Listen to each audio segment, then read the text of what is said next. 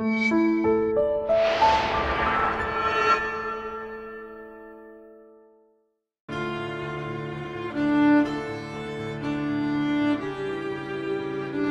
everyone, welcome back to Batmania. I am Captain Logan. I'm Eric. Today Eric and I are going to watch and talk about a movie that I have not seen since the Rewind all those years ago. It's been a really long time. I don't know if I've seen it since I watched it on its premiere on Cartoon Network. Oh, really? I want to say I've watched it at least once since then, but I was like blown away by it because I've since changed my opinion, but I didn't like the Batman. We had exactly the same experience. And then I saw this on Cartoon Network and I was like, oh, this is like everything the Batman isn't. Yeah, I was so blown away by it. Yeah. Especially because it's funny to say this now because it's been a lot of years and there are a lot of things obviously I haven't covered, and I'm not putting rewinds out as often as I did back then. But like I had put it off and put it off and put it off, and I don't know what possessed me to finally do it. Did you do it for a Halloween thing? Probably. I don't remember. You probably go back and look at the date, and it's like February. But it's exactly like or maybe I was just kind of curious, but I was dreading it in the sense that I expected to put it in and have to put up with it, and really from frame one I was like, oh, this is not what I was expecting. It's gonna be fun because neither of us know this movie that well, but we both really like this movie. Yeah, so I always say with these, and obviously these are not formal commentaries, but I always say with commentaries that you know, we'll try to make them interesting if you're not watching along with us, but especially this one and Batmania in general. These are meant to be watched with us. We're watching a movie, you watch them with us, but this one especially because it's gonna be really hard for me not to just sit back and relax and enjoy this film. Yeah. I'm very excited to see this again. I remember the animation being dynamite in this. Yeah. I remember the Dracula voice being really good. I remember the thing I distinctly remember is all, and mostly because I wrote about it, is all the really interesting character parallels between Batman and Dracula and Batman kind of as a vampiric character, and kind of what Batman seems to be if you misunderstand the human underneath the Batsuit. There's I cannot remember if this was done instead or if there was just going to be another movie for the Batman, but they were going to do Hush. Wow. And I can't remember if they made this instead of making Hush, or if Hush was just going to be another the Batman. What's interesting is Hush would have made sense later on, given how much of the cast of Who's Who in DC they had at that point. And also there's an episode because they have a Superman as well. Yeah, well they have a whole Justice League. Yeah. Yeah. And I don't know how I hesitated because I'm not sure what their Justice League consists of, but I know they have a Superman. It's a pretty classic Justice League. Is it? Green Arrow's there. They probably don't have Martian Manhunter. I think they do. Oh, do they? Oh, cool. So. I'm gonna have to finally actually sit down and watch that show at some point. It's quite good. It kind of keeps building on itself until I don't like the last season as much as the rest of the show, but like each season is better than the last until it's not. We're into a really interesting period now finally in the commentaries for Batman movies because we're going to have a lot of animated things here and there, and for a while I think we're going to have a lot of things that don't have much to do with each other. And that's going to be really fun and interesting. Like the next one we have to do right after that, we have to switch gears back sort of to Nolan movies, but not really because it doesn't really count. Yeah, and that's going to be interesting.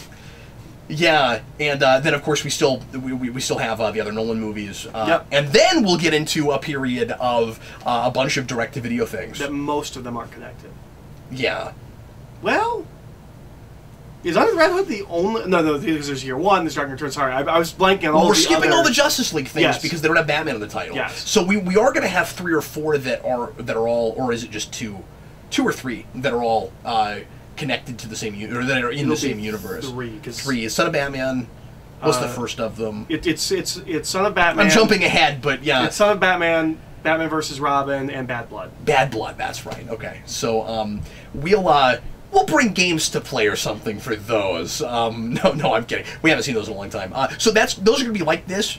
In that we haven't seen them in a long time, except I'm excited about this. Yeah. Here we go. Everybody, if you want to watch it with us, and we really encourage you to, it behooves you to watch this with us, get it to timestamp 0 on your DVD or however you're going to watch it. Get it past all the menus. I don't know of any place right now that this is streaming, so you probably will have to own a copy. But it is easy to get a hold of. It's in very a couple inexpensive. Like 2-packs and 4-packs and things like that. It's the only place I've ever seen it. I'm sure this was released by itself, but I've never seen that release. No, I've only it's ever seen it definitely by packaged itself, I'm pretty sure. with other stuff. up. And this is I'll throw this out real quick too. This is sort of a pet peeve of mine. I wish, especially the good ones, I wish the movies were packaged with the box sets for the shows. I feel like this is part of this show. I feel like Phantasm is part of animated series. I wish they put the movies with them. Or at least they had like a deluxe special set where you got that, and then they did the special features. Because they do special features for the shows, and then you would actually get those for these things. But anyway, after that very lengthy preamble, let's go ahead and get started. Get ready to press play when I say now. Once again, timestamp 0. Here we go! Didn't we figure out a method for this? Well, yes, and then we broke it. No, I thought we figured out one throughout the Batmanias. We'd figured out a new way. Have we figured one out? It's been a little while between this one and the last one, so I don't remember. You know, feel free to dog us for our lack of continuity. Here we go, everybody. Please press play right now. Get our subtitles on here, Eric.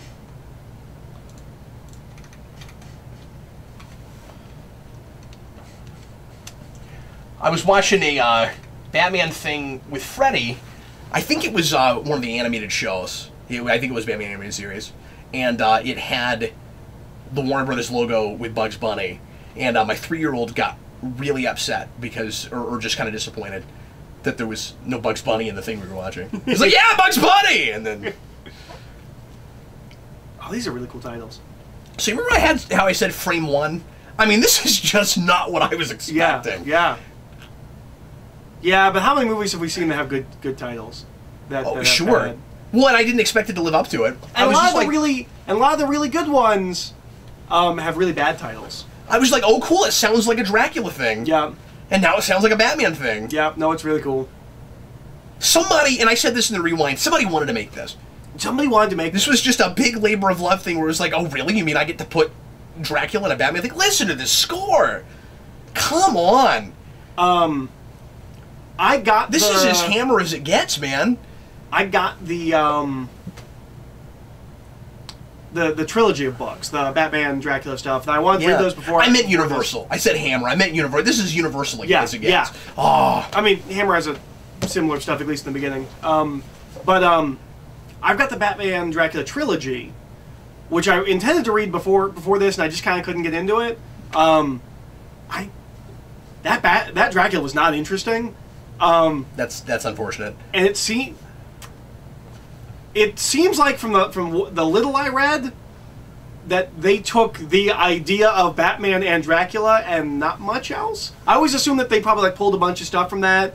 It didn't seem like it to me. Yeah, this isn't really an adaptation of anything. It's basically just, well, there's been Batman Dracula before. Yeah. You know? There's precedent. So let's do Batman Dracula. So theirs is one of the only Arkham Asylums that doesn't look like the Arkham Asylum you always get, especially the sign. Yeah. It's like they deliberately changed it.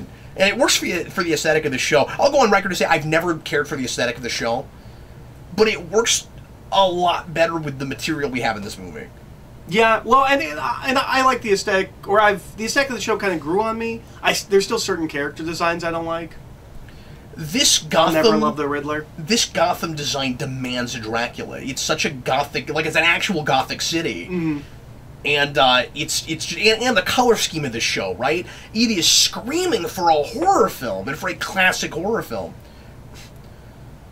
So I gotta say something I wanted to say during those opening titles. Mm-hmm. Just to reiterate how I feel about that theme. This is one of the most underrated scores in a Batman thing. Yeah, it's just gorgeous, and it's not Shirley Walker.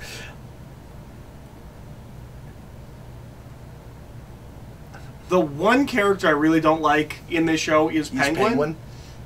He's there so much. And like if he was there a couple of times, like I don't know if I would like really dislike him. He's there so much, and I just don't like him. I think one of the testaments to this script is that somehow or rather it manages to it manages to tell a real story and be as interesting as it is, and I'm able to take it as seriously as I can. with the kind of cartoony voices this show has, this goes back to kind of the early Warner Brothers days of animation, or like the '90s Warner's days of the real toony stuff. And I've heard some of the actors from this show talk about that. Maybe it was even on this disc. I forget, because there are a couple of features on this disc. I think there are two. Where the guy who plays the Joker talks about playing Joker, and you get to see him in the microphone do that voice and how animated he is, and he's great. What is it? You know his name? I forget who that is. Sorry, I'm putting you on the spot, but you mentioned him the other day. Yeah, it's because we saw something with him in it where you pointed out I know what it was. He's am I thinking of somebody else? He was something in one of the Ninja Turtle shows we watched. Yeah, I think. Something Michael Richards or Richards Michael. Keith no. Michael Richards something. Yeah. Yeah, he's in like everything. I originally know him from Kim Possible, which I saw like a couple episodes of. He's just got a really distinct voice. I don't even know who he plays in that show. I just remember that's the first place I know his voice from. But yeah, this movie manages. I guess the point I'm trying to make is this movie manages to Kevin Michael Richards. There you go. A cool. That's why I said Keith. I think because I knew it was started with a K. This ends up making a cool kind of juxtaposition out of the darker story and the lighter, goofier voice talent, and just designs of things and stuff. So this show doesn't have the bat signal; it has the bat wave. The bat wave, which makes no sense. It is just a thing that goes off when something bad's happening. Nothing triggers it. Nothing seems to. The cops aren't talking to him. And I don't remember where this is in the continuity of the show. Do we have Gordon yet? Or is this pre-Gordon? I believe it's pre-Gordon. I think this is between season 1 and 2, which would... I thought it was early. Which would put it pre-Gordon. And I've never seen the show's Gordon, because I haven't watched that far. I've never seen past first season in this movie. I wish I'd done that before this, but I still haven't gotten around to it. I'm just now watching through Beware the Batman. So obviously I'm doing that in no order whatsoever. Well, there's less of that. There's only one season of that. Yeah. And this was on Netflix for like 6 seconds, the whole series was. Oh, that's right. I was a little longer than that. I mean, I got through most of first season while it was still there. I had watched through the entire series about a week before. Like, I finished watching the entire series about a week before it dropped on Netflix. Do you have it? No, I don't. I don't think I have it either. I would like to, because I do like the show. No, I bought... I think I prioritized Brave and the Bold because I knew it was on Netflix at that time. So I say we have an actual really gothic-looking Gotham. Obviously, a lot of things do that. I think of this one as one of the older-looking Gothams, at least on film. It has a real distinct European look, and as I'm looking at it again, it's Venice, right? It's dark Venice. It's very twisty-turny. Yeah. Well, and it's kind of got that architecture, and it's sort of begging to be more surrounded by water. I mean, you notice it's got tunnels everywhere. Yeah. You almost expect to see people in boats.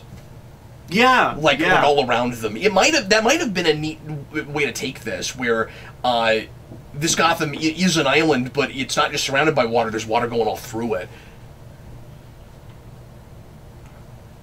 That's a creepy shot. This is a wonderfully spooky movie, and I think it does a great job of being okay to show to kids, but pushing that line about as far as you can push it. Especially when we get to the blood. It's great. Has Jason seen this? No, he hasn't. I meant to show it to him at Halloween. This immediately puts me in a real Halloween kind of mood. Yeah. Well, it's interesting, because we had this whole conversation about how, like, this is what I think of when I think of Halloween. It's gothic and it's monsters, and that's not where you go Halloween. Well, this is Halloween to me. I know. Well, it is to me too. Here's the thing. So this is a separate conversation, but that was about Monster Squad, and you said that movie is Halloween to you because it's like monsters and stuff. But tonally, I didn't get enough Halloween from that movie. This is about the atmosphere, Eric. Yeah. It's not about the specific monsters. Well, and this is the atmosphere that I think of when I think of Halloween. But horror movies don't have that atmosphere for me either. Or not horror movies, but like slasher movies don't have. Slasher movies don't. Yeah. No, certainly not. But this has has that spookiness. Yeah.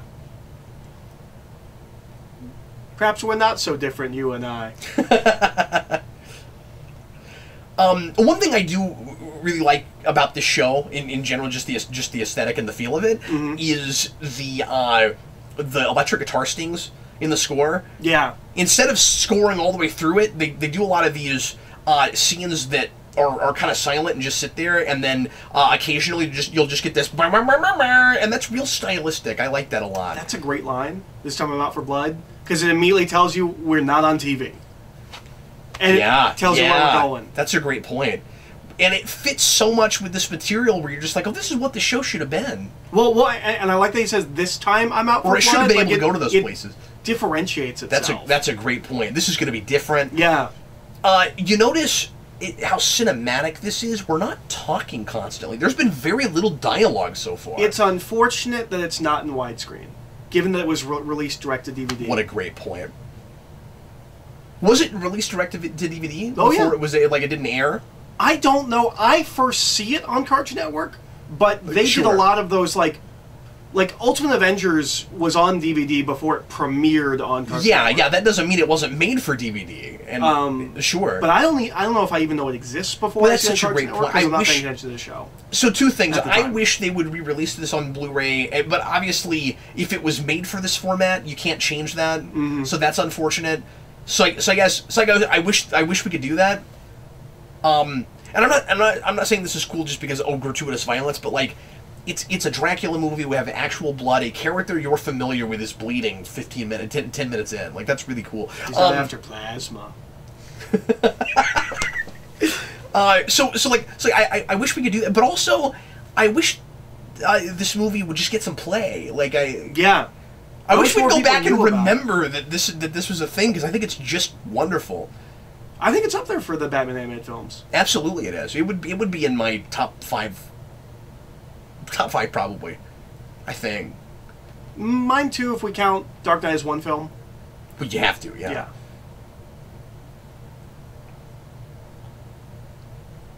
And I mean, part of that's just it plays so much into my sensibilities. Yeah, absolutely. But what impressed me about this is it's not my sensibilities, and it makes me feel like a fan of this stuff while I'm watching it. That sometimes means more to me than when, or at least as much, than when something is playing directly to my sensibilities and I feel like it's totally for me. I say this all the time. Sometimes being accessible isn't about finding that magic formula, and usually this is a detriment to a thing, and it will ruin it. It's not about finding that magic formula of giving something to everybody who like everybody's watching this, so that you give this to this person, this to this person. It's about making a person a fan of something they weren't in the first place. It's about winning me over, and when you win me over with a thing, I'm not immediately interested in this. Yeah, I love it because I am now. Yeah. I used to really dislike vampire fiction until I got into Buffy. Buffy won, or Angel first, but Buffy and Angel won me over. That's a wonderful kick. That looked great. That Dracula looks like something, but I can't place it. I want to say it looks Mignoli, but that doesn't sound right. It looks not like the flavor of this exactly. is Mignola-esque, though. That's a good point. Yeah.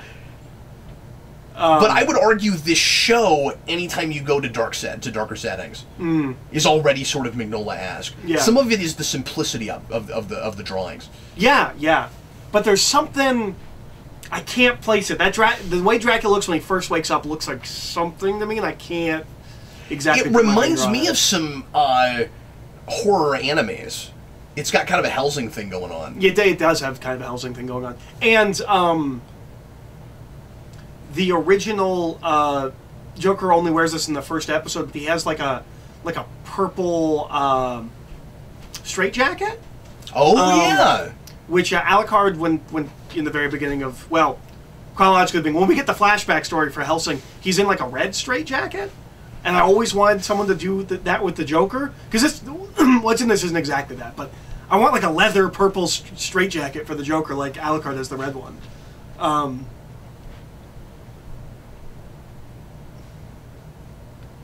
This is a pretty tight narrative. It's not one of those movies that opens with a big pointless fight. I know that's become kind of a big standard for me with these things, where I'm immediately excited if what I'm watching is actually the beginning of the story, and not just in a token, like, well, it sets up the MacGuffin kind of way.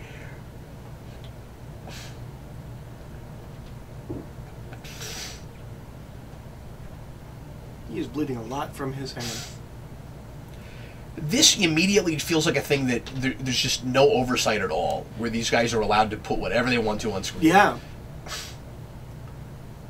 Like, do you see any studio mandate here? No, like, what could it possibly be? Yeah. Don't swear?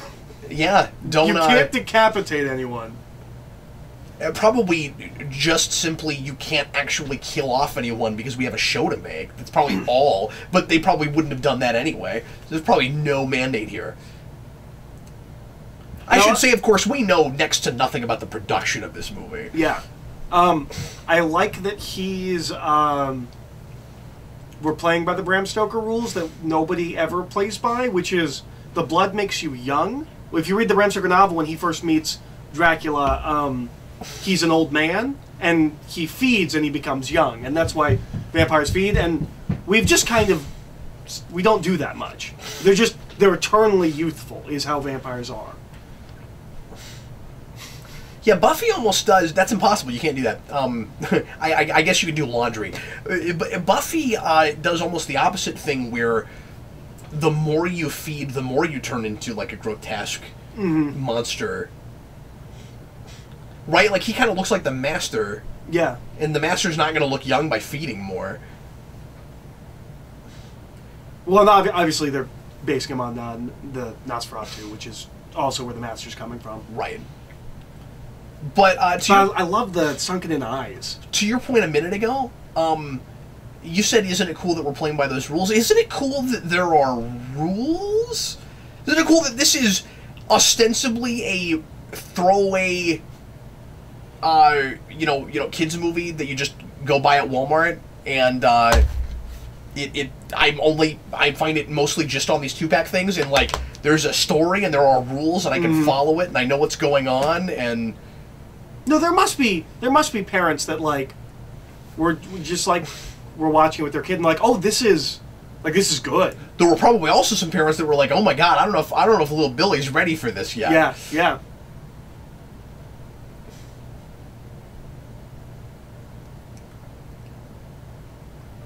And I don't feel cheated by the not Joker death in this. Well, I don't. So this uses Joker and Penguin, yeah, who are kind of the arch enemies of this show, in so much only as they show up all the time. They show up all the time. This Joker is not the arch nemesis of this Batman. He just keeps showing up. Does this Batman really have one, definitively, over anybody else? In the long run of the show, I would say there's an argument for Hugo Strange. Oh, okay. But he's not till like season 4. Look at that. Yeah. So pretty. And that castle's something. I think that might be the same castle the Castlevania castle's based on. Really? Because when you play Castlevania Symphony of the Night, that's the castle that shows like that the titles are on top of, where like it says Castlevania Symphony of the Night. The guy in this flashback with the stake totally looked like Clock King. I just want to throw that out there. And that's based on a real castle, so I think they might have also gone to that castle, or they might be intentionally homaging Castlevania. I don't know which. Well, and that was another thing that shot earlier that you brought up reminded me of, was the recent Castlevania series. And that's a real classic shot. Like, that's a cover. That's a comic book cover. Absolutely it is. And the Castlevania castle is more in recent memory when this comes out, because this is 05, 06. Yeah. And that Castlevania game is 2000, 2001. So like it's a little bit more in recent memory when this comes out. Oh, and this is Vicky Vale. Oh yeah. Is she actually in the series? I don't think so. I think she's only in this. Wow. I mean, it's cool. Somebody really likes Batman and they really like Dracula. Yeah, yeah. And when you see this title, you expect something really generic for Dracula, right? You don't expect him to come in and be like a perfect foil for Batman and one of his great enemies. And if you think about the source material, both for Batman, and for Dracula, he ought to be. Like they milk that for all it's worth in a really good way. It makes so much sense for Dracula to be a major archenemy for Batman. All the things they have in common, but of course the ways in which they are completely different. Well, and a lot of times when we do like earlier Batman stories, we like to have like people talk about him like thinking he's a vampire. That, like, he's already evoking the vampire imagery. Well, exactly. Dracula is everything a lot of people mistakenly think Batman is, but he's also what Batman needs people to think he is to be effective. Mm-hmm. But the uncomfortable thing is all the ways in which he also has to skirt that line in order to be effective. And the things in his personality and his psyche that would get him there in the first place.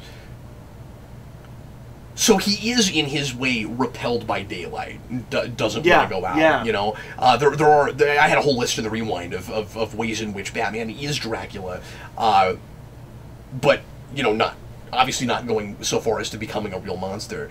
Also, this feels to me like, and again, I don't know how much of the people working on this are exactly the same people that are working on the series, but it almost feels like there's somebody in here who's like, I want a Bruce Wayne that feels more like the Bruce Wayne I'm familiar with. Like, he is their Bruce Wayne, don't get me wrong, but he gets a little more broody in this than I had seen him in the series previously. And I'm sure as it goes along, he's more that way. Yeah. No, but this is a stark contrast to season 1. Yeah, where if this does come after season 1, like where he's just Jackie Chan. Yeah.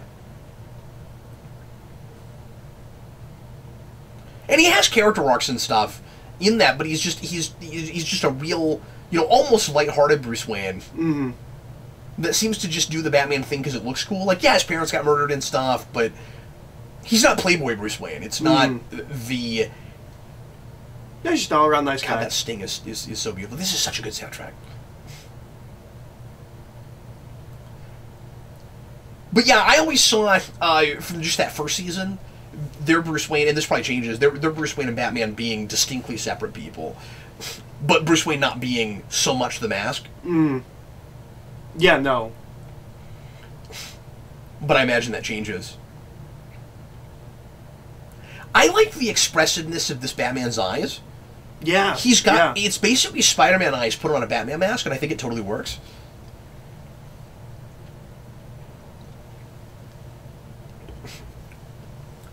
Is that Vampire Solomon Grundy? Do they do Solomon Grundy in the show? I don't think so. If they do, it's for like one episode.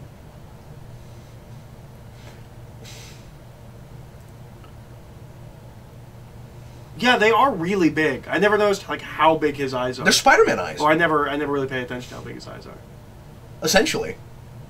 And it works. It shouldn't work. But it totally works. But it's that Ninja Turtles 2012 thing where it works with the material, but not as much on merchandising.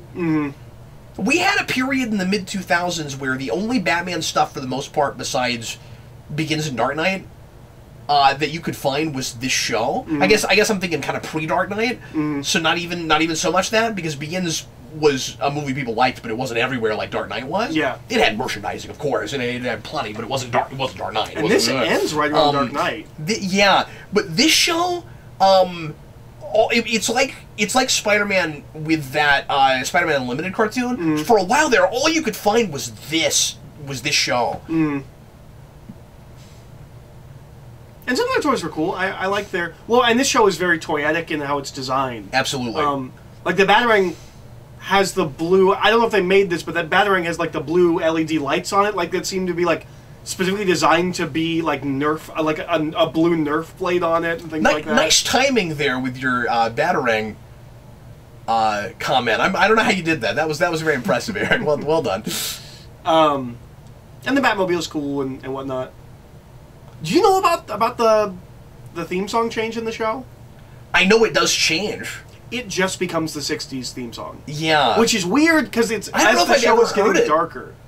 That's weird. I don't know why they did that. I like their theme. And I like their original intro. I like the Batman. I like all that stuff. Their theme is done by, I think, Bono. It's somebody that's like actually like somebody. And I think that... Really? I think their second theme is... Was there like a rights thing? I don't think so. I think they just chose to change it. That's I'm not very sure. strange. There's A, not a great deal of information on this show, but B, it's really hard to find information on a show called The Batman. Yeah, fair enough. It's hard to find. It's gonna be even worse if that movie ever gets made. Yep. Did I make that? I probably did. Did I make that point when we were doing the Begins commentary. Oh no, I wasn't able to talk during that. Yeah. I feel like I said this somewhere, but I want to say it again in case I did, because we're talking about this show now. It's hilarious that in that scene in Begins with Crane, when he looks up and he's like, the Batman. He does that thing in the show. Yeah. The Batman. Synergy. Really? You couldn't spring to get the whole word industries? Who abbreviates industry? Is that the official abbreviation for industry? You know what we've never done before that we could totally get away with, and I've never thought of this until just now. The Wayne Enterprises logo, make it the Warner Brothers logo. Why not? Yeah. That'd be really cool. I've never seen that done. Yeah.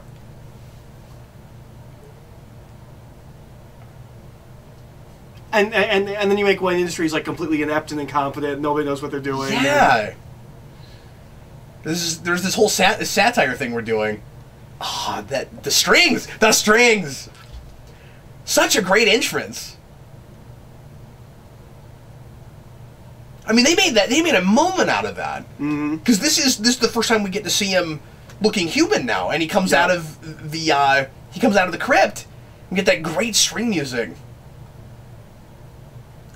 You know what the score reminds me of? Which this is gonna sound stupid because that score was also obviously, of course, inspired by some of the stuff that is influencing this. But some of this is reminding me, except it's not as. It's not as ironic sounding, it's not as funny sounding, but it reminds me of the score from Addams Family. Yeah, which if you've ever just sat down and listened to that score, oh my god, it's one of the greatest scores. We're talking about the film. The film. No, I don't listen to scores. Well, you should. But that was and amazing. even if I did, I wouldn't immediately think, you know what I should listen to? You wouldn't. You know why I know that? Well, it's two reasons. One is I did a short film in high school where I used that score, and I actually listened to it. And it's one of my stepdad, who's a classical composer himself. It's one of Jeff's favorite movie scores. Oh. And when he and my mom got married, I thought it was curious that he owned that. It's one of the only film scores he owned. So I pulled it out and I listened to it. I was like, oh my god, this is that good. I just want Alfred to start walking around, like, picking up after Bruce Wayne, like from '89. Do you have an opinion on this particular Alfred? No, I think he's fine. Do you not like him? No, I was just curious if there was, because again, I haven't seen this whole show, so I was just curious if there was anything with this Alfred. Really. No, I like the Alfred. So he's real traditional. I guess. You changed the red to green. This is what their Ra's al Ghul would have looked like. Yeah. So they didn't do a Raish. No, because remember this is during the embargo days, so they don't do Scarecrow and they don't do Raish. They can't do characters that they're doing in the movies. They also movies. don't do Two-Face. They do Joker because you can't not do Joker. Right. But yeah, they also were doing Joker before we ever even knew we would get to Joker. Yeah, that's true. That's true.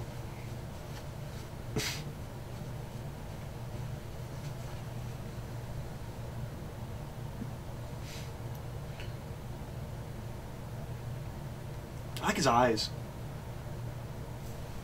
Because they're both, like, creepy, but, like, hypnotizing.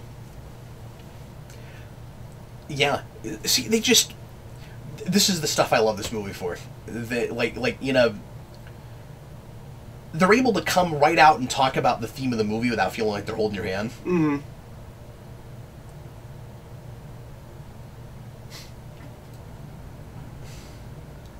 Or at the very least, like, motifs and stuff. Because that's great.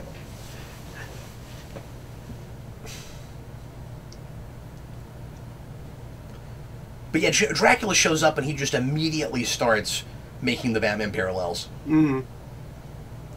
And some of those things are obvious. I'm not saying this movie is great because it's drawing parallels between Batman and Dracula. I think it's great because they're interesting.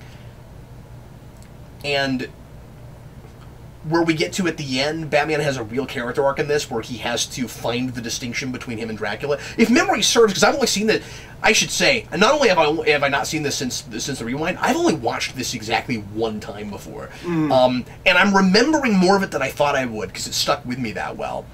But And this was back in the days where I was using footage over on Blip, so I didn't even take screenshots out of this. I haven't even spent time with the screenshots in this movie. It's just that good. It stuck with me. But if memory serves, when you get to the end of this, Batman is maybe a little bit... We'll see, because I don't remember, but is maybe a little bit worried that he's too much like Dracula. He's got to find that difference. And he's a smart Batman. He's got ingenuity. He comes up with a real clever way to dispatch of Dracula. You know, given all the classical influences, it is really surprising that we didn't do this ever with Batman the Animated Series. Right? Or at the very least have a character that thinks he's Dracula or pretends to be Dracula or something. That's a cool shot. It is a cool shot.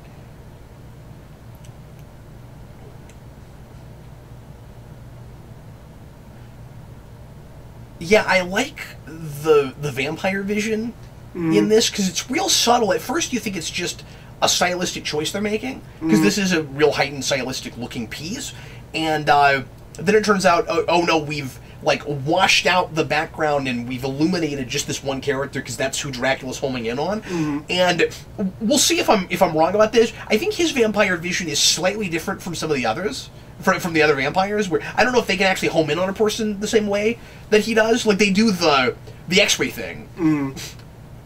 But I don't remember when we saw them before that they were able to like distinguish something from a background like that. I don't remember. This guy's gonna die. But it's okay, because we know earlier that he's bad. He's a bad employee. That's a great shot. That's also a great shot. Again, it's so cinematic. The pacing of this is so much better than what you usually get for a throwaway direct-to-video thing. You know, most of the direct-to-video DC films at this point should aspire to be this good. Yeah. And I think in the same way Phantasm did, it does a great job of feeling like an event. Yeah. And it's a throwaway, inconsequential story in exactly the right way, where it's not that while you're watching it, but the series never has to address it. You never have to touch this material. This is the kind of thing you do with a big screen version of a TV show, right? Like, this isn't big screen, but it's like, you make a Star Trek movie, this is the kind of thing you do, where you do a movie that's big in scope, but you never have to touch anywhere necessarily. It doesn't have to change everything. It doesn't have to have a big status quo shake up. It can just be a well-told... But it's a story that's big enough that it feels like it needs to be a film. Yeah.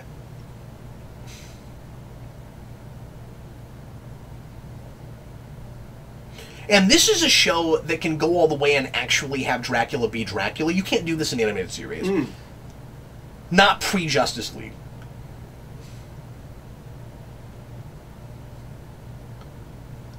And that kind of reveal works, Alucard as Dracula, works in this because, A, you're going to have a lot of kids watching this that are not familiar with that stuff, so that might actually feel like a reveal for them. That scene feels like it's there solely for the audience to be revealed to, because he writes it backwards in the... Like, he already knows in his head. Yeah. Because he writes it backwards so it will appear... Yeah, but I don't care. Yeah. No, but I'm saying it's written... You're right, it is for the audience. For the audience. Yeah. Batman knows. Well, and it is funny they run in there because Alfred's like, he had no reflection. We run to a mirror. Well, we have a reflection. Why are we running to a mirror? But it works. It works for the audience, but it also works. So it partly works because kids in the audience aren't going to be familiar with this. But it's a perfect place to introduce kids to that mythology if you're going to play it as straight as this does, as classic as it does, because this is a world that also is not familiar with that stuff. So I mean, like, they probably had like some vampire movies and stuff, but it plays it like this is all new mythology for Batman. Do you know where the first place we use Alucard in relation to Dracula as a name is? I don't remember anymore. It is Son of Dracula, which is the third Universal Because, shockingly, Universal only made 3 Dracula movies? Manos talked about that in a video we did years ago. Was it a yearbook? Yeah, a yearbook, and that's what I was going to say, but I wasn't confident. I didn't know if I remembered that right, but I thought that was the movie. I just thought that was fun because because obviously Son of Batman is supposed to be kind of evoking Son of Dracula and Son of Frankenstein.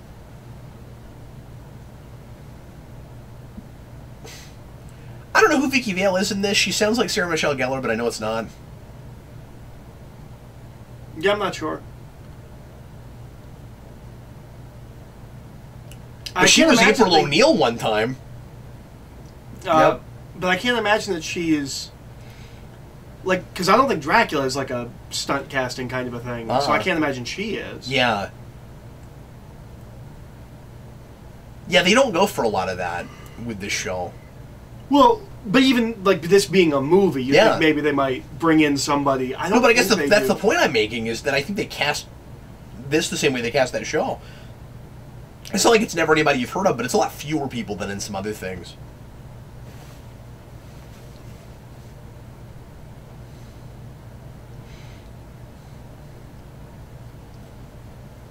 The Riddler. Oh, he hasn't been introduced yet. He's not introduced until after Batgirl. So obviously, something this has in common story-wise with Phantasm is that Batman ends up not only being framed but accidentally framed. Although Dracula probably knows it's happening, Phantasm is not thinking about it. Mm-hmm.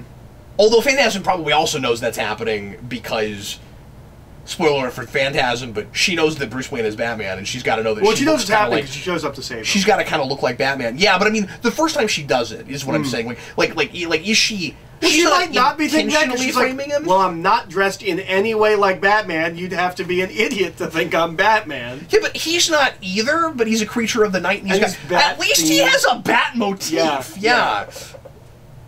But that is something they kind of have in common. That they're not intentionally trying to frame him, but it just kind of happens that way. That's a really risque joke for this movie. What did you say? Nice jugulars. Yeah, it is. That's a Violator joke, is what that is. Okay, so... I'm surprised they got away with that. Given everything in this movie, I'm surprised they got away with that joke. So, that is one of those kind of easy, typical things, though, right? Is that he sets his sights on Bruce's love interest. Mm-hmm. But... Or is it partly because it's Bruce's love interest? Like...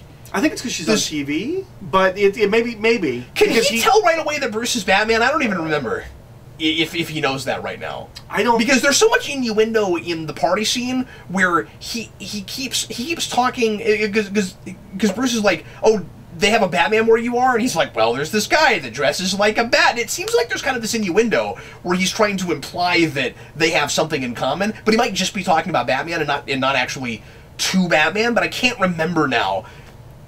Because doesn't traditional Dracula kind of have mind-reading abilities? Yeah. I can't remember if this one does that. It's all kind of vague and mystic, but like he can kind of read minds, he can kind of control minds. Obviously he can control minds. Again, I can't remember from the rewind. I'm sure I touched on this, whatever it ends up being. But it is... But we'll see. At the very least, he should have the Daredevil thing where like he can kind of sense the heart and stuff and be able to tell it's the same person. It might be that he's going after Vicky because he knows Batman likes her.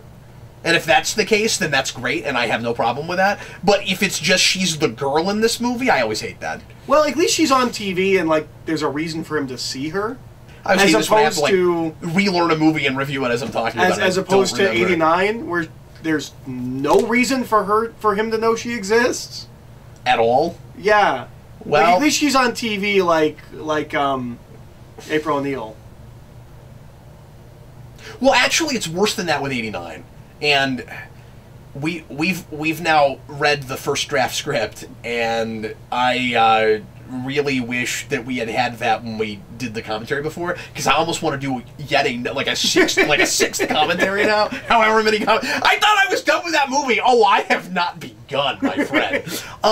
No, it's worse than that. That movie is so much worse. It's worse than that. Joker actually has every reason to know who she is and be interested in her, and they change it in the final version in that movie to where he just picks up a picture and sees her and is like, oh, that's Bruce Wayne's main squeeze, I'm going to go after her. And then after that kind of figures out the publicist thing, or excuse me, the photographer thing, and the smiles, the glow, all of that. In the original script, he's interested in her because he thinks she's like him to some degree, and she's making art about morbid things, and he thinks she's the perfect person to document his artistic crime wave and the chaos he's creating in Gotham. That's why he goes after her. That's in there in '89, but it's muddled by three other things. And he wants to know about Batman. It's for some reason thinks she'll know about that, and this, and this, and that's yeah. Cool. He's got like a Spawn cape. The way they animated his cape. Yes, that's right. That's a great line from Dracula. So he doesn't know Bruce Wayne is Batman.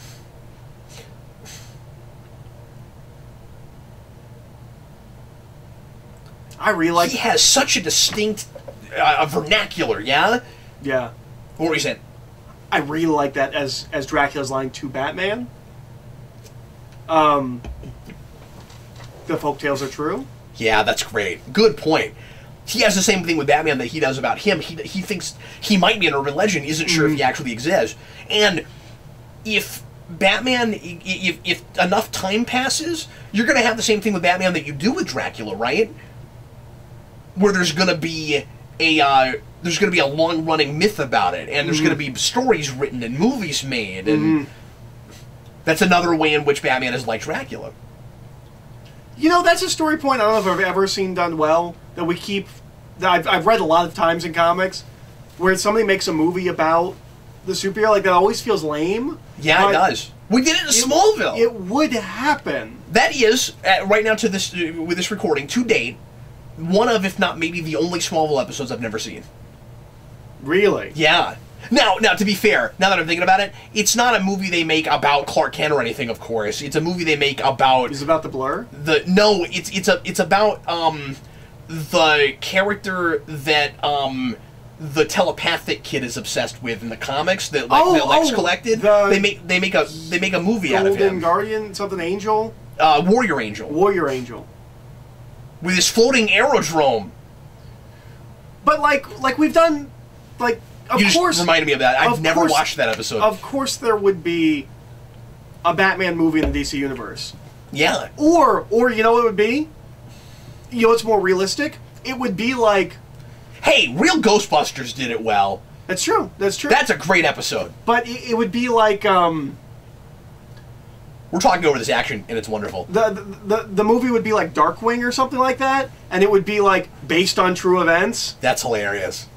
Or inspired by true events. Yeah, but riddle me this. If we're not for sure that he's real, why couldn't someone just make a movie called Batman? That's true. Because you also see... nobody owns the rights to that. And you see licensed merchandise everywhere. In a lot of things, right? Well, and nobody owns the rights to any of the superheroes. Like Superman can't... Well, maybe Superman could show up and be like, hey, that's my likeness. Yeah. You can't do that? Well... Because he goes to court. Yeah, I mean, it gets stickier when you know a person actually exists. Like, if they can't legally sue you because we don't know who they really are, that could be a problem. But I mean, you know, you have kind of the libel. That was a real quick night, yeah. Well, we don't know what time it was. Dracula shows up. It's 5:30 in the morning. That's a really. I've only got 15 minutes. That's a really cool shot of him, like, because he's not walking, he's just fading with the darkness. That's really fun. If somebody said this is one of their favorite Draculas, you can't argue with that. No. It's really good. Yeah. Do you have... Why is your pole all glowy? And now there is no pole. Do you have... No, it's right there. I like that he has a pole. Can Yeah, I just say, right we don't do a lot of poles and Batman things outside of 66? It makes sense to do a pole. Like, in the same way it makes sense to have a pole in the firehouse. In a firehouse, yeah. It's faster than going down the stairs or whatever. The Cloaked Rider. Uh-huh. We don't have the rights to Zorro. And we can't say Masked Rider, because look how big his wings are in this pseudo-dream sequence we're watching here. It's pearls. Can I talk about Frank Miller and the pearls? Sure, because that's what you all... Are you really going to talk about that again? No. Do you have anything else to say about that? No. Just in case nobody knows, it starts in Dark Knight Returns. Can I tell everybody about the title of the story I want to write? I want to do some kind of like mini series about Bruce Wayne's parents called Pearls and Popcorn. His badges kind of make him look like Hey, Marv. look, another amazing cover potentially. It's not as like he doesn't have as many as Marv, but like they kind of look like Marv's badges, don't they? The ones on his face. Sure. Yeah, I'll buy that. I don't know why specifically they look like Marv. Maybe it's because there's no texture. It's just a white strip on his face. I don't know that I've ever seen that specifically, and I don't know how exactly I feel about it, just narratively, like within a scene. The dream sequence becomes reality with no kind of, like, filter change or anything. I mean, like, I guess we've sort of done things like that before, but usually there's a cut or something to distinguish, like, for sure, you're looking at the actual person and you're not inside the dream anymore. He's in the dream and not in the dream. There is a second in there where it is both. And that's really interesting. But anyway, how is this movie this good? I don't know. It's so pretty. And it's weird because it looks so much better than the actual series without actually looking that much better. Like, it's like Phantasm. Like, Phantasm looks like it's part of that show, but it's also looks better than that show. Yeah, of course. This is the same thing. We're like, this looks way better than the show, but it doesn't look like, oh, and this is what the show would look like if they had lots of money. I guess this is what the show would look like if they had lots of money. But yeah. It's not super far away from it, though. It doesn't feel disconnected. Mm-mm. There are places in Phantasm where it kind of comes out and, like, screams at you, like, look how much more money we have, we're making a thing for the theater. This, I think, there's maybe a little bit more depth of field a little bit here and there and stuff. I think it's just more detail work, though. It's subtler about it. And that's nothing against Phantasm. I mean, that's what I would have done, too, probably, but... I think Penguin works okay in this piece because A, he's not the mastermind, B, he's not all over it, and C, he kind of ends up feeling like, I don't know, almost like an Igor role or something. It's like, Renfield. Renfield is who you're thinking of. Oh, okay. In Dracula movies, Renfield is the person that works for him. Yeah, but that's kind of the role he ends up filling.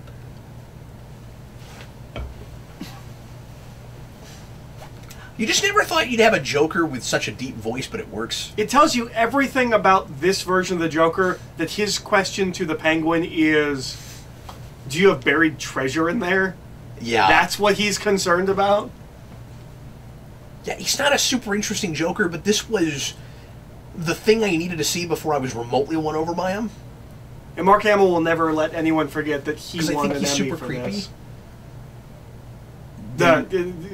For this Joker, Kevin Michael Richards won an Emmy. Mark Hamill never did. Wow.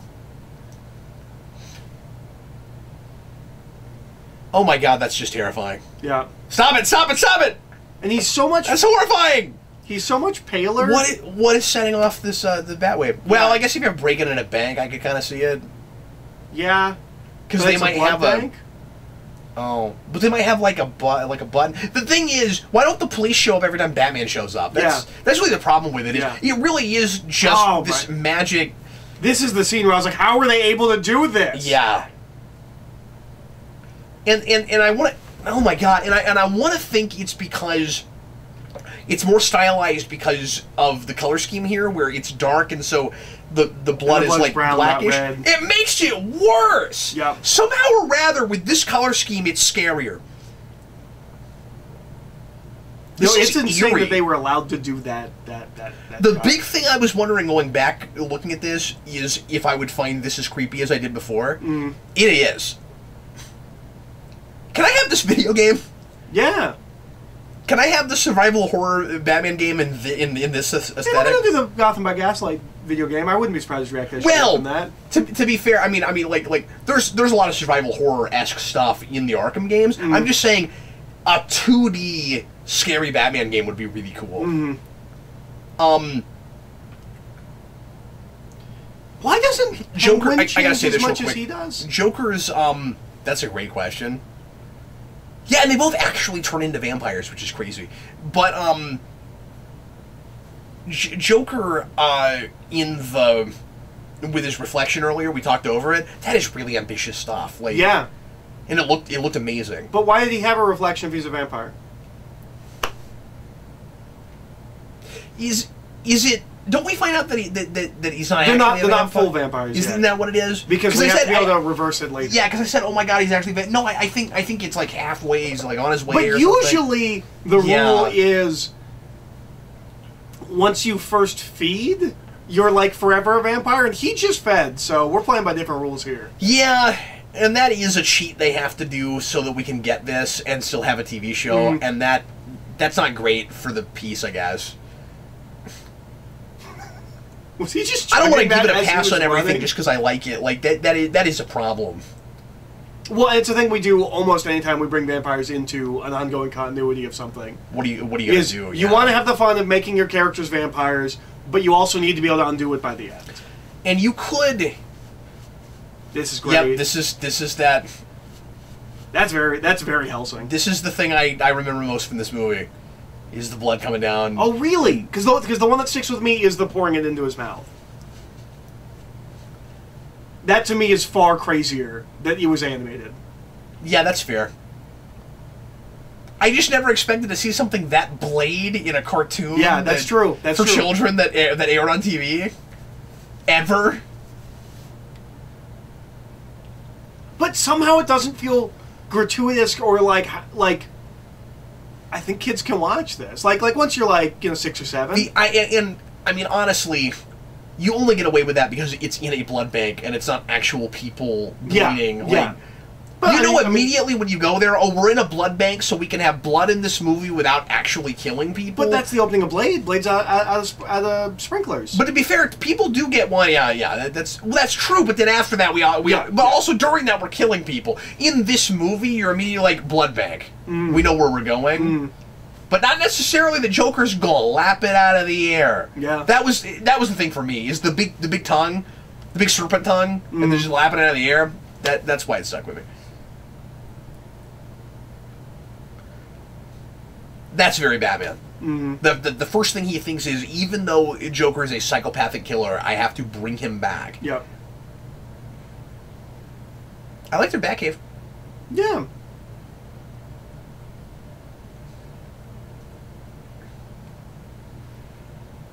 Given that some of the artwork isn't necessarily in the design and aesthetic of this show, like some of the artwork we've seen in like the ancient vampire papers are not. You okay? Yeah. But are not exactly this aesthetic. It would have been nice if there was one or two, like panels from the Batman Dracula comics. Yeah, they could have done that. With just a picture of Dracula or something. That would have been a nice little nod. Why'd you wait till after dark to get your kid inside? It's not how curfews work. How can you hear that in your house? I don't know why I've never thought to show this as like the Halloween movie in my house one year or something. Like I can't at Halloween this year I thought about putting this on for myself at some point just because I was kind of in the Halloween mood. But we watched something at Halloween. I don't know why I didn't pull this out. It was Poltergeist. We watched Poltergeist. I would have picked this over Poltergeist, but just because I was trying to show Jason an actual horror film. I would have think Jason would lap this up though.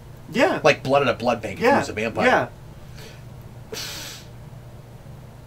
See, it's fine for Batman to put goggles on when he's not wearing a mask, but it's weird for him to put them on over a mask. Well, at least then I know what the goggles are for.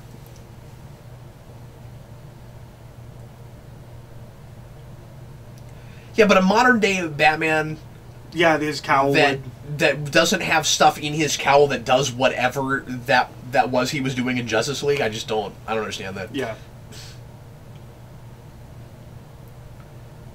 I mean, I'm sounding like a hypocrite purple because I like really cool. Yeah. Yeah, I love this guy. I just love the color scheme. We've been doing that throughout this movie. There's a lot of like purple lighting in buildings. I don't know why. I think the TV show does that kind of stuff too, though. Okay, that's not immediately like I don't really remember that. I always like animated series with the helmet on over the cowl. I don't know why that I like. Yeah, me too. Me too. It's because the helmet also has ears that the cowl has to fit into. Yeah, that's fun. I don't know. That I think he's doing a different performance with this performance. Yeah, because he's transformed. Yeah, he's doing a different voice that's still his Joker voice. And there's something about Joker in the Batcave that is kind of cool. I don't know. Like, again, it helps make it feel like an event. It's like, oh, Joker's in the Batcave. That's not exactly true. What's that? She's not his bride. Carmilla is a novel or a novella that predates Dracula, and was kind of the first novel to actually, like, Dracula gets the credit for pulling together all of these myths and kind of focusing it into a single creature. It kind of did it first. Oh. And Carmilla is in the same way that most things just kind of assume Dracula was Vlad Tepes. Carmilla is. I'm glad you know stuff about this because I don't. Elizabeth Bathory, the crazy queen that would like bathe in the blood of virgins to keep herself young. She's inspired by that historical person. I see. So yeah, no. Carmilla is, you will see show up frequently in vampire things. She's kind of the. I just showed up to give to give Bruce Wayne an arrowhead. Oh wait. She's kind of like the second most recurring vampire. Like, you'll see Carmilla's name pop up a lot if you watch vampire things. She's not as well known as Dracula, but that's horrifying. Yeah. Something just. This is also a Dracula really provocative about just Joker in the setting, and anyway, I'm sorry. That's also a Dracula thing. Is he likes ketchup? Renfield. Really? I didn't know that. Renfield eats bugs in the insane asylum. Oh. To get blood. Wow. I didn't know they pulled that from someplace. Yeah. You're bringing up stuff that is kind of proving my point for me. Like, this is a really good, like, Dracula story. Yeah. Or at least gets that history. He wants spiders. That's a big thing in the at least in the classic Universal film. He's like, spider. Who wants flies when you can have big juicy spiders? So we got Vicky Vale in Wayne Manor. I really want us to go sit on opposite sides of a giant long table now. How do you not take advantage of this and make some references, poking fun at 89 right now? That should be happening. We need at least one point where Bruce Wayne walks in and says, I've never been in this room before. Like, where is that? That needs to happen. Well, at least this Alfred's smart enough to not just walk her into the Batcave. That would also be... He looks really cool in this color aesthetic. Like, it's a little muted for me to say, like, I wish he always looked like this, but, like, he looks really cool. I really like the muted colors. And his eyes. You know what else is kind of weird? He's not wearing what this Joker usually wears, so right now he looks more like the normal Joker, because he's got, like, a full purple suit. No, that's what he usually wears. Is it? Yeah. Oh, okay. I thought he had a different getup. I don't know the show. He starts with a different getup, then moves to the. That's what I was talking about, where he has the like straight jacket kind of big thing with the. Oh, okay. Yeah, then he moves to the suit, and that's what he wears for the rest of the series.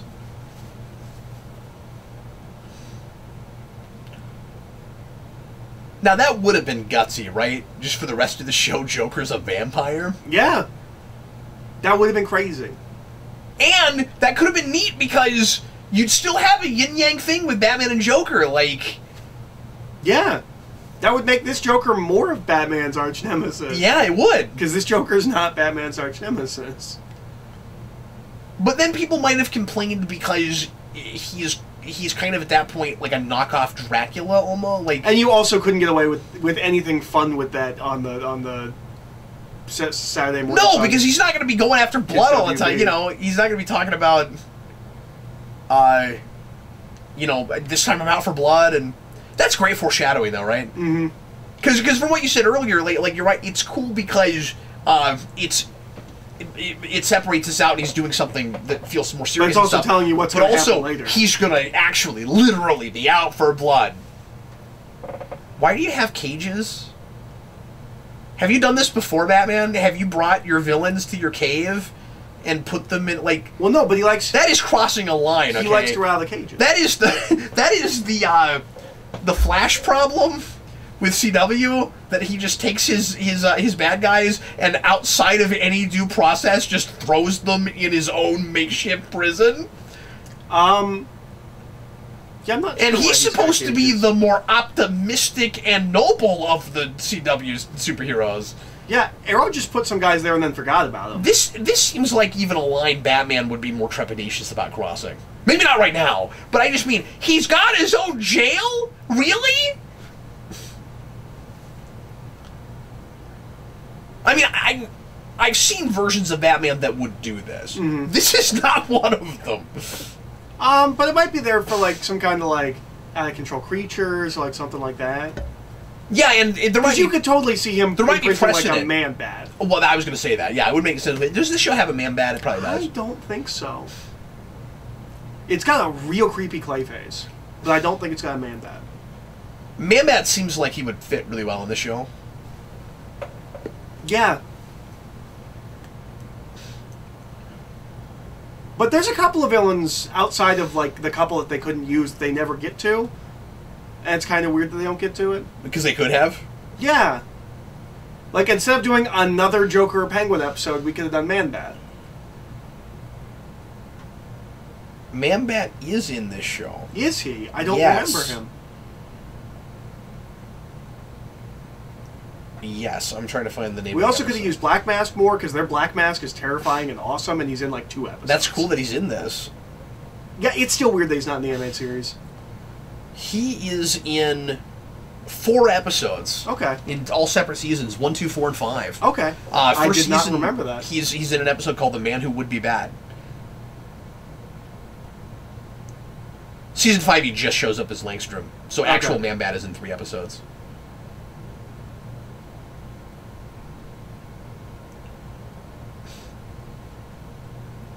If he's going to go with the whole doctor thing, he should have just been Dr. Acula. That's hilarious.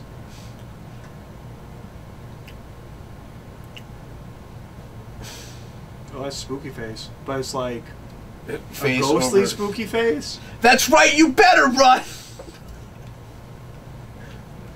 What do you see now? Spooky face. Yeah, I just keep casting her as Rachel for some reason. I don't know why I keep doing that. Vicky's calling. She's going to be 10 minutes late to meeting you at the museum. So you're just going to ignore the... Answer the phone! He doesn't even... Wait, hold on. Bruce Wayne doesn't even record his own answering machine message. That is the height of laziness. He has a butler. Why didn't Alfred pick up the phone and be like, Mr. Wayne is out tonight? Like, why did they do that? If you screen all your calls, at least answer some of them.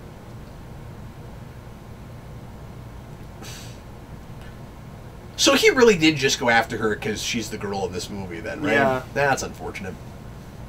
That was a weird face.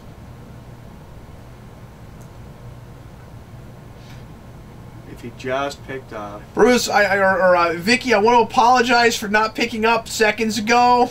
I was making a tuna fish sandwich. I remember now in the rewind I had a whole thing about this phone thing. That just for a minute looked like scrapbook photos where it's just like, and this is the time I was about to bite Vicky Vale. And he's just like showing you slides of his house.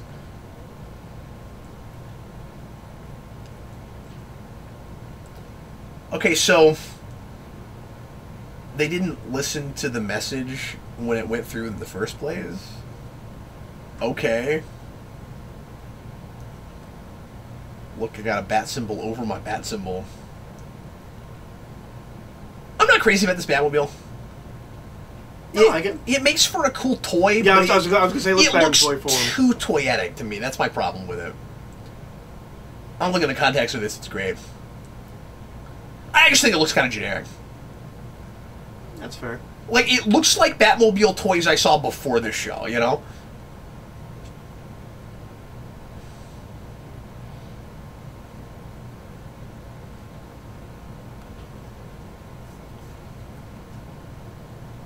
How is that different from a normal wedding? I'll show you. Nope, didn't need that. Didn't need any of that, Penguin. Are you the comic relief? Because I'm not laughing at anything you're saying, except for the risque things that shouldn't be in this movie for children. It's the plot of the Brendan Fraser The Mummy. I haven't seen that in so long. Remind me. Well, he wants to kidnap Rachel Weisz, whatever her last name is, because she reminds him of his beloved, and he's going to put her soul into Rachel Weisz's body. Gonna put her soul in him. In her, yeah. In her. But that's what this plot is. And now she looks like Sleeping Beauty. Oh, okay, it's not exactly that. Her ashes are going to feed on the body, and she's going to... Okay, so he's not putting Carmilla into her body. Yeah. Alright. But that's not just that movie, that's a lot of movies. It's true. And that's a lot of movies with ancient people we got out of tombs. I can't think of any other specific examples right now, but I feel like I see that all the time. I feel like it's a go-to TV plot for anything that's got, like, supernatural stuff. I'm sure there's, like, 16 episodes of The X-Files with that plot. Did one of the Blade movies do that? What am I thinking of? I mean, the first Blade movie, they need his blood for Lamagra. Yeah, no, I'm thinking of something else. Anyway, I don't know what I'm thinking of right now. There's something. Oh, he's eating her soul. Swallow your soul! Swallow your soul! That looks really good. And again, that string work, man. This Batman could meet Scooby-Doo. This Batman could make Scooby-Doo cooler than Scooby-Doo? Maybe. It's possible. I'm really excited to see that, though. I kind of wish... Because they're going to do it with Brave and the Bold. Oh, boy. I kind of wish he had... We'll probably already be finished with Batmania when it comes out. I don't know what the actual release date is. Yeah. We might be able to tack it on at the end. It might be close enough. Yeah, I'm not sure. I'll see what the release date is. But yeah, I'm sorry, go ahead. I kind of wish he had the thing slung across his chest. The thing with all the vials. Yeah. Because, like, he kind of puts them here, but then you don't see them. But I kind of wish it was just, like, the adventure-y, like, whenever somebody has like, a belt of stakes, it's always across their chest. Right, yeah. But he's got it like this, and I don't love that. No, it's all He-Man. It looks like a machine gun kind of yeah. setup. It looks like it's designed for a toy, is really what it is. Yeah, so this is only okay if they put that out, and I'm sure they didn't. Yeah, I'm sure you can buy that toy. Where you press a button on the back and they light up. Return your toys to life.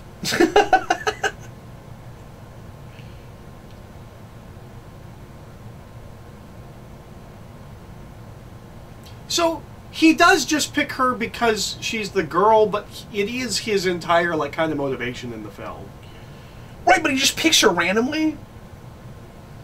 Like, that doesn't make it better. The motivation is just, I need a girl to do this. Well, if it doesn't matter that it is her. When we saw that picture of... Oh, and it sort of looks like her, and it sort of looks like his bride. Maybe it's like that kind of reincarnation thingy. Yeah, but it's again, so like too much of a coincidence that it's the girl Bruce Wayne is into right now. Yeah. And like, we try to make it seem like... I'm just complaining about it because it's a thing we see 1,000 times. Like... Like, yes, in a particular instance, I could see that coincidence happening, where Bruce Wayne is high profile, he's dating a woman who's high profile, she's on TV all the time, he sees the girl who's on TV, fine. But, it's the only time he ever turned the TV on. It just seems really coincidental that the only thing he ever saw on TV was that, and she's, dating our protagonist, and yada yada blah blah blah. Well, it also might be his first exposure to TV, and it's like, that's got like an influence. Like, he's so shocked by this technology, and there's a woman on it. He must have the woman on the TV. Yeah, him going after her isn't my problem as much now as it is just the fact that he saw her at all, and although it is the first person he met, He's one of the first people. Maybe it's not so bad because he sees her on TV after he's met her in person. He knows where she is. Yeah, and maybe he was already smitten with her and was like, "Oh, she looks like my bride." From being there at that party with Bruce Wayne, so that's why he's going after Bruce Wayne's love interest. That works a little bit better. We will be doing Scooby-Doo Batman because it comes out. It will have already come out when this airs, or when this video is posted. Okay. January 9. Oh, it's about to come out. Yeah. From this recording right now, we're like a month away from it. Yeah. We won't do it blind. We will have already watched it once. Yeah, yeah. That makes me still kind of back and forth on whether or not we should do the other Scooby-Doo Batman. Because we were talking about going back and retroactively doing it. Yeah, we still haven't decided. If you have already seen it, and this far in, we still haven't decided. That was some half-a-lumps and woozles stuff right there. It is pros and popcorn. In that order. And that's just year 1.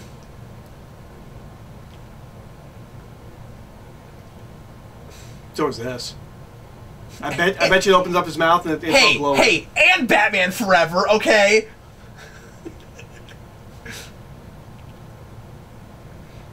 Oh, that's why he became a bat.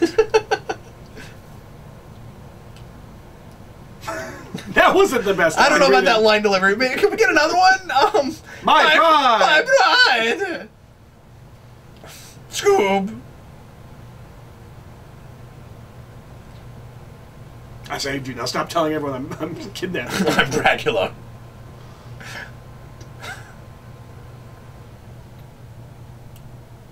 I like his monster face. I mean, it's the same monster face he had at the beginning of the film, but sure. No, it's not, because he's got hair and stuff. Did it change? Oh, yeah, no, that's not. Oh, yeah, it's a midpoint now, yeah. Yeah, and he's got this, before his eyes were just sunken in, he's got, like, this bulging out flesh here. It's like, before, after. Yeah. No, it's cool monster face. I think he kind of looks like that monster face in the Batman vampire comics, but I'm not positive. That now needs to be a comic. Batman, monster face. Clearly. That's hilarious. He's like, this is what time it is, Batman. The only mistake I've made so far is fighting you at 5:45. Also, those injecty thingies, that's totally Blade. Like, that's the first Blade. I remember the sunlight thing he does here looking really cool. Like animation-wise, it's really pretty. If I'm remembering it right, but I'm pretty sure that's how Batman beats him. He's got a whole sunlight thing set up. Is it like UV light? Yeah, I think so. I was really surprised earlier when you said that you've only seen this the one time when it aired, because when we talk about this, you remember a lot of things about this movie. I really like this movie. I may have seen it one more time. I want to say maybe I rented it on DVD. Batman, what are you doing? You checking your reflection, make sure that you still have one? That won't tell you anything. Joker had one. Like,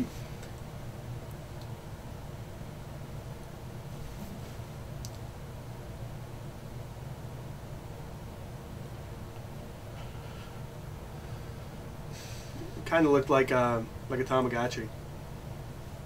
Why doesn't the Batwave go off like every time someone's in danger at all? Yeah. In any kind. No. That is the biggest problem with this show. Is the Batwave makes no sense the second you think anything about it.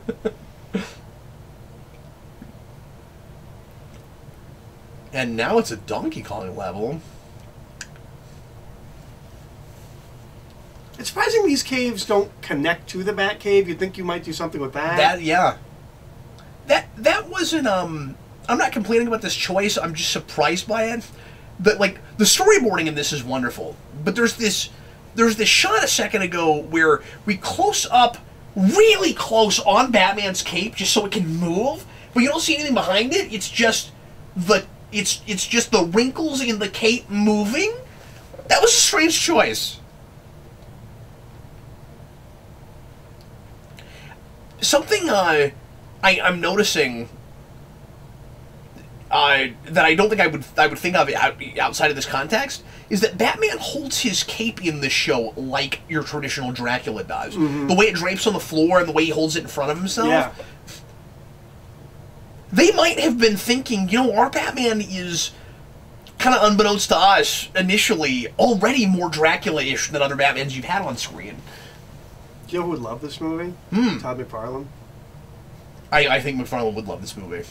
I think there's some McFarlane-esque stuff in this movie. Oh, absolutely.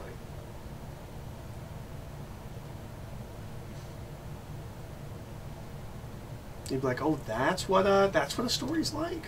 Are you you talking to us right now, Alfred? Or who you chatting with there? It's a reveal. We'll find out later. The Arkham Batarangs are a little bit like these Batarangs. I guess they are. They've got the bat in the middle, and they're shaped a little bit like that. They glow and stuff. This show is due for, like, it's great that Brave and the Bold is doing that Scooby-Doo thing, but, like... Bring this back with something. Yeah, do something with this. Doesn't even have to be a crossover. Just do this aesthetic one more time. Yeah. Let me know that you remember this show exists. Kind of like 03 Ninja Turtles. I mean, at least this has DVDs that are in print. But it is kind of the Growing Pains Forgotten Batman series. Oh, wait, he is in the cave. Oh, okay. That's good. That's yeah, no, it does connect. Yeah.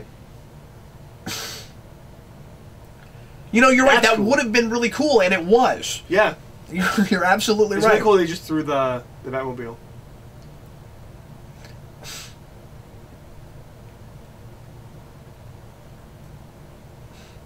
See, we never get to see the villains win to do the goofy things they say they're going to do with the hero's corpse or their costume or whatever. Tonight I dined on turtle soup. Would you really have, though? Yeah. Or would you actually have dined on turtle soup? You just sound dramatic. And you would have had, like, a lot of leftovers, too. You know, there's 4 of you. And now, I think when Shredder says that in 87, he actually was planning to use a gun on the turtles that would make them regular-sized turtles, so it wouldn't have lasted as long. But if you murdered them in normal turtle form and then did... You ever had turtle soup? No. Neither have I. That's what we should have done for the Ninja Turtle show. That should have been... We'll do that at some point for Snackvolution. The next Ninja Turtles theme show. Let's not pretend like that's never going to happen again, right? Like, yeah. We love Ninja Turtles too much not to do another Ninja Turtles theme show. I want that action figure where Batman has the slashes over top his it probably bat exists. symbol. This show is so toyetic. Like, that probably exists. Yeah, see, he lures him there because he's got this...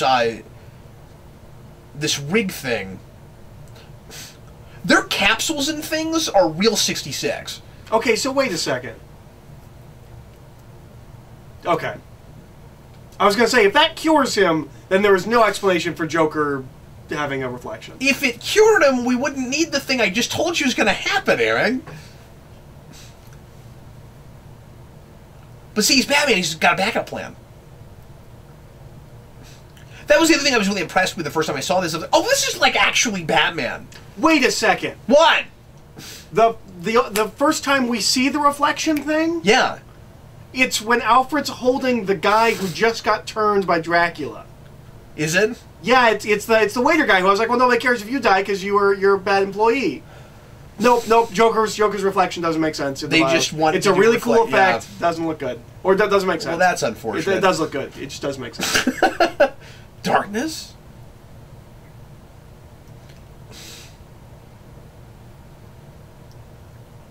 Oh, yeah, they set that machine up earlier.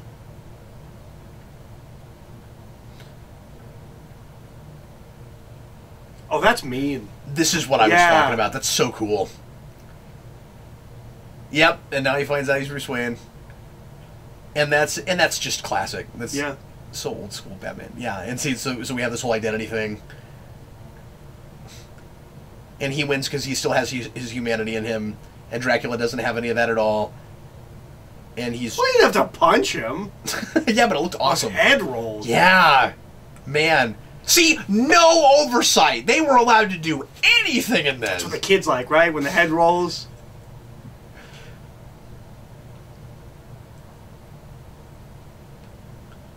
Great. It's not a horror movie, but it's in that genre. Like,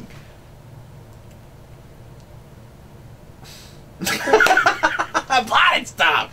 What? I'm surprised Tom Kenny that was kind of funny. Had the time to do this much of a recurring role while also, 24 hours a day doing SpongeBob. Oh, is that who that is? Oh yeah, it's Tom Kenny. That name doesn't mean anything to me. Okay. Outside of that, I've heard that from them, but I didn't know who SpongeBob was. He's also Starscream in Transformers Animated. That's Tom Kenny as well. Yes, it is. And he's also the mayor in Powerpuff Girls. Very clearly. Oh, is that who that is? Yeah, it's Tom Kenny.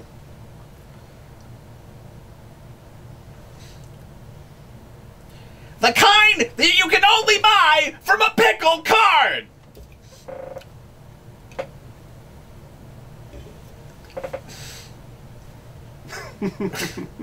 And now everybody is cool with Batman, just like we were before.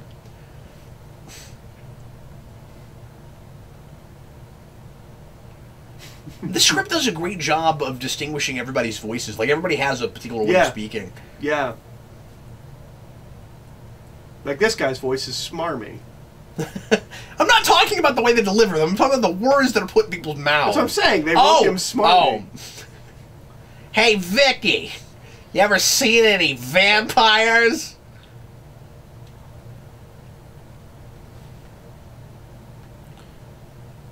It's a really interesting juxtaposition with this, where you have a really unmysterious feeling Batman who looks really mysterious. Although in this movie, not so much. I mean, he's much more like real traditional Batman in this. Mm-hmm. Eric, it's so good. It's really good. I really enjoyed that. I was just looking at his Wikipedia the other day for some reason. Reno Romano. I don't know why. Oh, it's Peter Stormare. Tara Strong is Vicky Vale. I couldn't even, and usually I could pick her out, but we were talking over it too. But I don't know why I know Peter Stormare, but I do, because I remember that give name. her some credit. You'd think that she would just sound like what she did with Batgirl. She doesn't. Like, she's Batgirl, right? Yeah. Yes. I'm just making sure I'm right about that. I'm pretty sure that's who that is. I'm pretty sure she's Batgirl. I don't want to be wrong right now.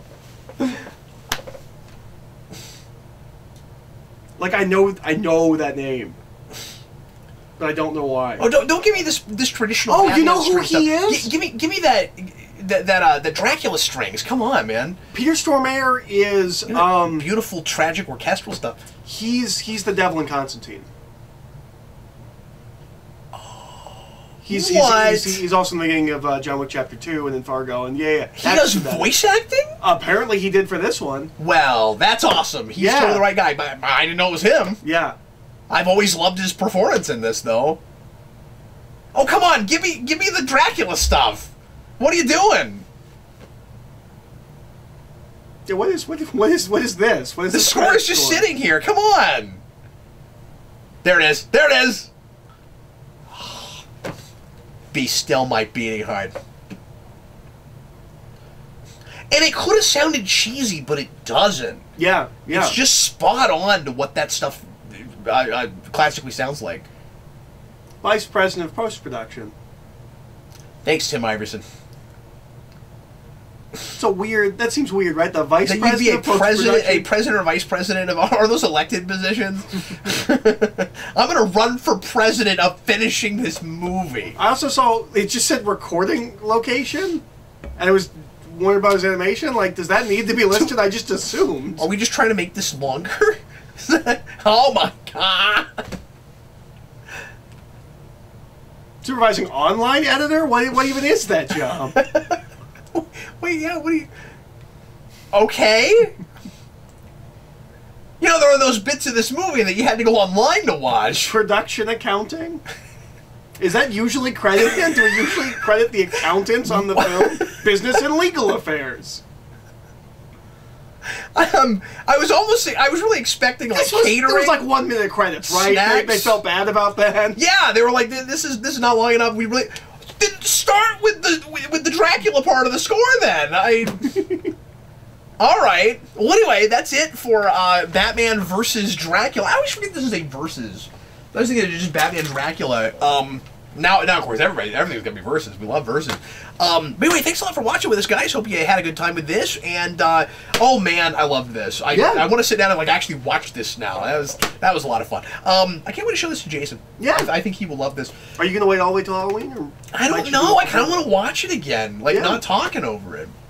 We'll just pretend like I don't talk constantly whenever I watch. Science versus Superstitions, City of Night. There are at least two little special feature things. The voices in close-up feature is worth watching. Yeah, absolutely. He's great.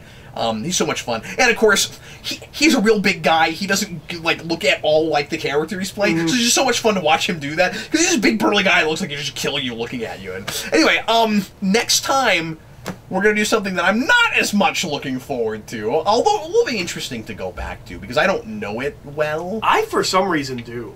Like I remember, doesn't it really stick well. with me. But we're gonna do Gotham Nights. Gotham Nights because it's vignettes. I assume it's Nights. It might be Gotham Night, but I'm pretty sure it's the vignette film. It's one of the earliest of the DC direct-to-video movies. I think it might be third. Yeah, I think it's Doomsday, New Frontier, and then that I believe. I believe so too. And anyway, it's vignettes by various writers and directors. That was including there's some anime stuff, there's some American stuff, or is there just stuff meant to look anime? No. It's all made by Japanese. Is it all done that way? Okay, I don't even know that much about this movie. I haven't watched it in a long time, and it's one of the only really early ones I've not done a rewind on. I've meant to forever. Have you never done a rewind? I haven't. I've never written about it. There's nothing to say about it. Yeah. But we're going to talk about it the entire time it's running. Yeah, I mean, I'll have nothing to say because I don't know it. But anyway, it's vignettes that are ostensibly set in the Nolan universe, but that doesn't really work. But they don't fit, and the movies themselves never acknowledge them. Yeah, at all. But the Scarecrow thing makes no sense, but... But anyway, we'll get there soon. So watch us tomorrow or Monday, whenever this falls. And in the meantime, thanks for watching. I'm Captain Logan. And I'm Eric. See you.